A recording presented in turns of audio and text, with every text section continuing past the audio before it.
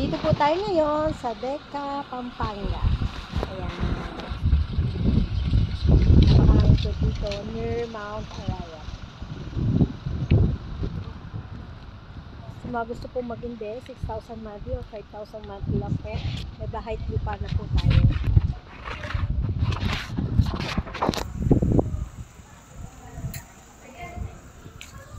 Ito po yung ating turnover unit. O, anong gusto mo? Sige, magsabi mo sa akin, anong gusto mo? Wala akong border, meron akong bigay selfie. Sige kasi yung end unit ngayon, kung gusto mo talaga.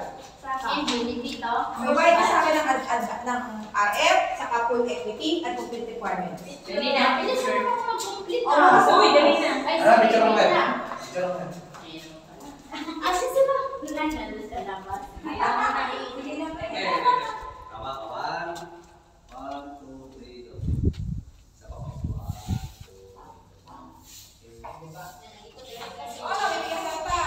Reserve mo na, para may pera ko si Deca ko. Kasi walang pera si Deca wag pa na yung bigo to, yasa mo siya. Nakasama mo nga doon siya eh. Ha?